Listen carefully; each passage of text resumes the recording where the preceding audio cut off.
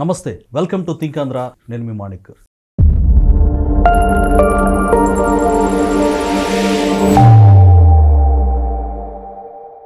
మనతో పాటు ఉన్నారు ప్రముఖ రాజకీయ విశ్లేషకులు అడుసుమల శ్రీనివాసరావు గారు. నమస్కారం అండి. నమస్కారం అండి. సార్, తాజాగా ఒక సంఘటన వెలుగులోకి వచ్చింది. ఒక సామాన్యుడు, ఒక వ్యక్తి 10 ఎకరాల పొలాన్ని లాస్ అయిన పరిస్థితి. ఎందుకంటే అన్యాక్రాంతంగా రాష్ట్రాధినేతే ఒకప్పటి సీఎంగా ఉన్నటువంటి జగన్మోహన్ రెడ్డి గారు తాడేపల్లిలో ఆయన హెలీప్యాడ్ కోసం 10 ఎకరాల సామాన్యుడి భూమిని లాక్కోవడమే కాదు, ఫస్ట్ అమ్మమని అడిగారు, ఆయన ఒప్పుకోలేదు. కానీ దాన్ని బలవంతంగా తీసుకొని 22A కింద నిషేధిత జాబితాలో చేర్చి ఆయన్ని రోడ్డును పడేశారు. ఈ విషయాన్ని ఎలా చూడాలంటారు? అధికారికంగా ఇప్పుడు బతిమాలు తీసుకుంటారు, భయపెడతారు, బలవంతం చేస్తారు, ఏటికి లొంగకపోతే లాగేసుకుంటారు. అధికారంలో ఉన్నారు కాబట్టి వాళ్ళకి యథేచ్ఛగా చేశారు. ఇప్పుడు ధిక్కారం సైతం అనేటువంటి భావజాలంతో ఉంటారు వాళ్ళు. వాళ్ళు అధికారంలో లేకపోతే ఇలాంటి దోపిడీలు ఏమి ఆగవు. అధికారంలో ఉన్నప్పుడు ఆగుతాయా? ఇప్పుడు పెద్దిరెడ్డి రామచంద్రారెడ్డి అటవీ భూములు దొబ్బలేదు. ఒక్క అడుగు నువ్వు అటవీ భూములు తీసుకుంటే పెద్ద పెంట చేస్తారు ఫారెస్ట్ డిపార్ట్మెంట్ వాళ్ళు. మరి అతనికి ఎందుకు ఇచ్చేయారో తెలియదా? ఇలాంటివి చాలా ఉన్నాయండి. భయంతో ఇచ్చానని చెప్పి అంటున్నారు. అలా అది కూడా ఉంటుంది. కుటుంబాలతో ఉంటారు ఉద్యోగులు, పాపం వాళ్ళు నిజాయితీగా ఉందాం అనుకున్నా కానీ పీక్కు చేస్తారంటే ఏం చేస్తారు? బెదిరించేస్తారు వచ్చి. వాళ్ళు ఎదుర్కొని దమ్ము మిగతా వాళ్ళకి ఉండదు. ఏం చేస్తారండి? అప్పుడు ఎక్కడన్నా ఈ దౌర్జన్యం దుర్మార్గం చేసి తెగించినోడు తెడ్డేలింగం అన్నట్టు ఉంటాడు. మొండి కూడా రాజు కన్నా బలవంతుడు అంటారు. ఆ పిచ్చోళ్ళతోటి ఎలా పడతారు? మీకు ఉన్మాదులు అరాచకం చేసి వాళ్ళు పిచ్చోళ్ళతో సమానం. వాళ్ళకి మైండ్ పని చేయదు. వాళ్ళు ఏమనుకున్నారు ఆ పిచ్చి పనులు చేస్తూ ఉంటారు. మామూలు వాళ్ళతో ఉండలేడు కదా. దాన్ని అరికట్టాలంటే ప్రభుత్వాలు చాలా కఠిన చర్యలు తీసుకుని నోరు ఎత్తకుండా తలెత్తితే పాము తలెత్తితే తల మీద కొడతారు, అలా కొట్టాలి. అప్పుడు దారిలోకి వస్తారు. ఇక్కడ మీకు తాడేపల్లి దగ్గర ఆ 10 ఎకరాల పొలమే కాదండి, అక్కడ చుట్టుపక్కల ఒక ఏరియాలో చాలా మంది ఏళ్ల తరబడి నివాసం ఉండేవారు, ఇళ్ళు. వాళ్ళందరినీ అక్కడి నుంచి తరిమేశారు. చూడండి, అక్కడ ఇంటి చుట్టూరు పెద్ద ప్రహారీ సెక్యూరిటీ రీజన్స్ అని వాళ్ళందరినీ తరిమేసి ఈ 10 ఎకరాలు కూడా అలాగే లేపేశారు. అక్కడి నుంచి హెలిప్యాడ్ అది నిర్మించుకోవడానికి. దాన్ని 22Aలో పడేశారు. పడితే ఆటోమేటిక్గా అది అసైన్ భూముల కింద, లేకపోతే అది అమ్మకాలకి లేకుండా వాళ్ళకేం లేకుండా ప్రభుత్వ భూముల్లో జాబితాలోకి వెళ్ళిపోద్ది.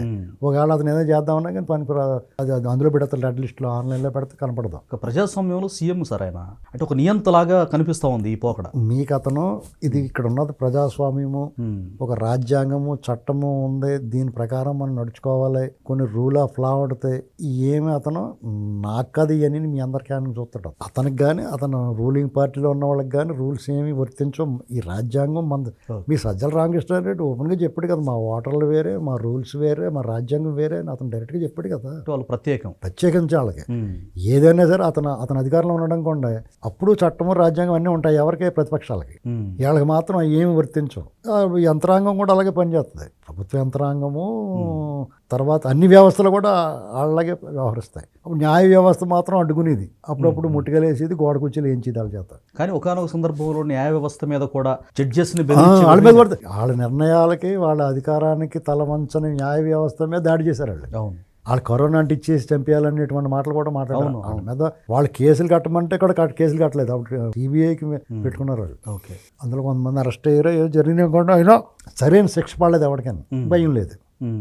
ఇది ఇప్పుడున్న ప్రభుత్వం ఏం చేయాలంటే అటువంటి దానిలో తిరిగి న్యాయం చేయాలండి. ఇప్పుడు ఆ 10 ఎకరాలు దెబ్బేశారా, ఆథరైజ్డ్గా అతను ఆ భూమి ఇప్పించాలి. రూల్స్, రెగ్యులేషన్స్, రెవెన్యూ డిపార్ట్మెంట్కి వెళ్ళు, ఆ కాగితం అంటాడు, ఎంత కొంత అంటాడు. మళ్ళీ అలాంటివన్నీ ఏమీ లేకుండా అన్ని కాగితాలు తెప్పించుకుని వీళ్ళు సంతకాలు పెట్టేసి తీసుకుపోరా బాబు అనే వాళ్ళకి. అదే సార్, అంటే మీరు వీళ్ళని ఎవరికన్నా చెప్తే పెద్ద పులి కోరకి మాసం ముక్క గుచ్చినట్టే. పెద్ద పూలు ఏం చేస్తే వేటాడి సంపాదించుకోవాలి, వేటాడే కదా ఆహారం సంపాదించుకుంటుంది. అలా కాకుండా అలా కూర్చో అని చెప్పేసి మాసం అలా కోసేసి ఇంత ముక్క తీసుకెళ్ళి దాన్ని నోట్లో పెట్టినట్టు అన్నమాట. ఈ రైతులను అప్పచెప్తామంటే రెవెన్యూ డిపార్ట్మెంట్ వాళ్ళు, వాళ్ళకి తల్లి పిల్లలేదు, శోభ్రం కునేస్తారు.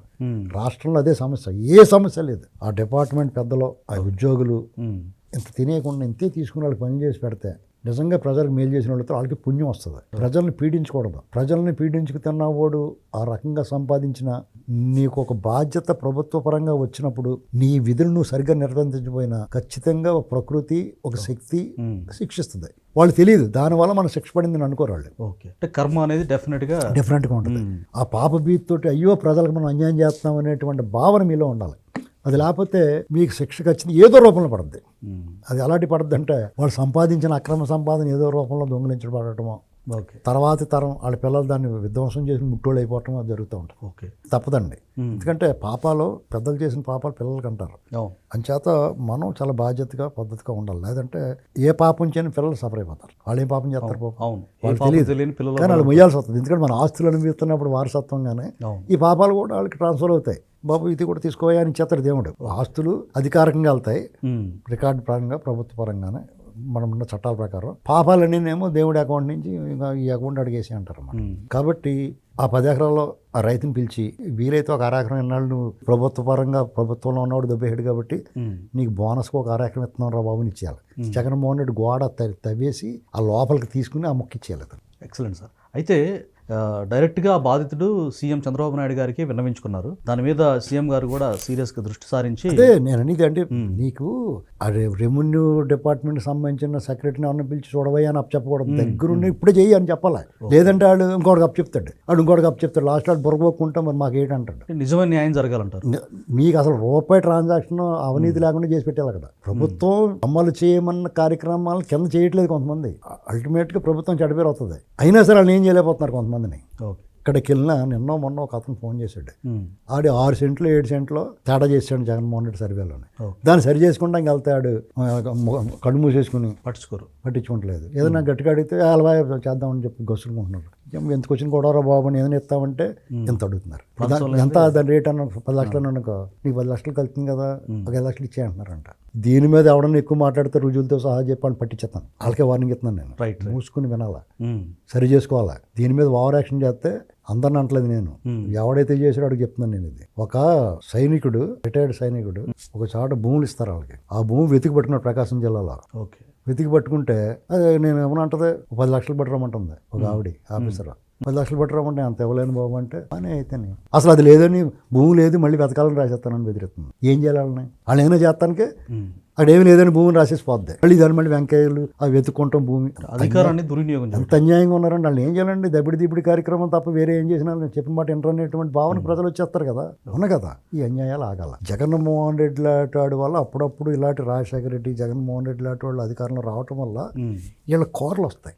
వాళ్ళు ఏం చేస్తారంటే పర్ఫెక్ట్గా పని చేయండి, బాగా పని చేయండి, మీ పనికి తగ్గ జీతాలు తీసుకోండి, లేకపోతే ఏదో వాళ్ళ పని వాళ్ళ విధులు నిర్వర్తించమని చంద్రబాబు నాయుడు గారిని అప్పుడప్పుడు ఒడిచేసేవాళ్ళు.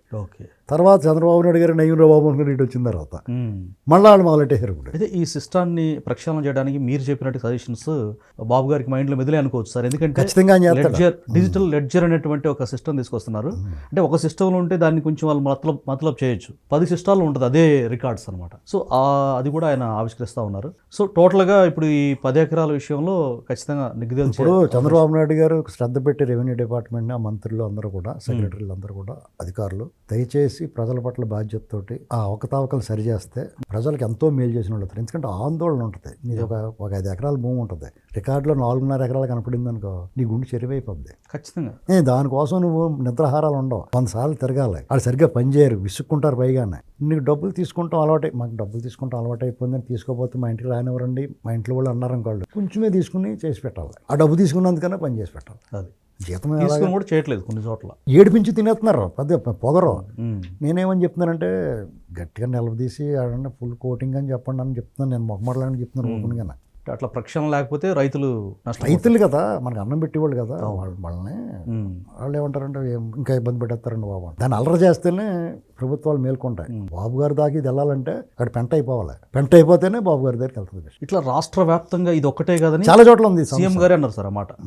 ఈ సమస్య చాలా చోట్ల ఉంది. ఎందుకంటే అసలు దోషులు వాళ్ళే.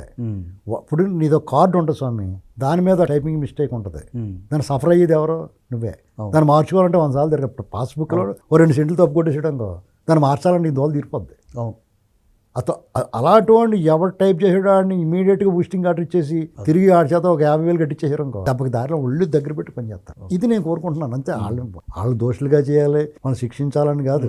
ఎందుకంటే వాళ్ళకి ఉద్యోగం వచ్చింది, ఎంతో కష్టపడి చదువుకున్నారు, దాన్ని సక్రమంగా నిర్వర్తించి ఆ జీతం తీసుకుని సమాజంలో ఒక హోదా ఉంటుంది అదనంగా మీకు ఆఫీసర్ గారులా అని మంచి గౌరవం కూడా. అది కాకుండా అప్పుడప్పుడు చల్లడం వల్ల మీరు వద్దన్న కిటికీలోంచి పాడేసిపోతారు డబ్బులు కొన్ని కృతజ్ఞత భావంతో. అవి తీసుకుని మడతెట్టి పెట్టి జాతర లెక్కెట్టుకుని ఇంట్లో పెట్టుకుని, అంతేగాని అనవసరంగా ఏసీబీ వాళ్ళు దొరికేసి బాబాయ్ అని బోరు మరి ఆడకుండా ఏంటండి అది చేసుకుంటే ఎవడొద్దు అంటాడు.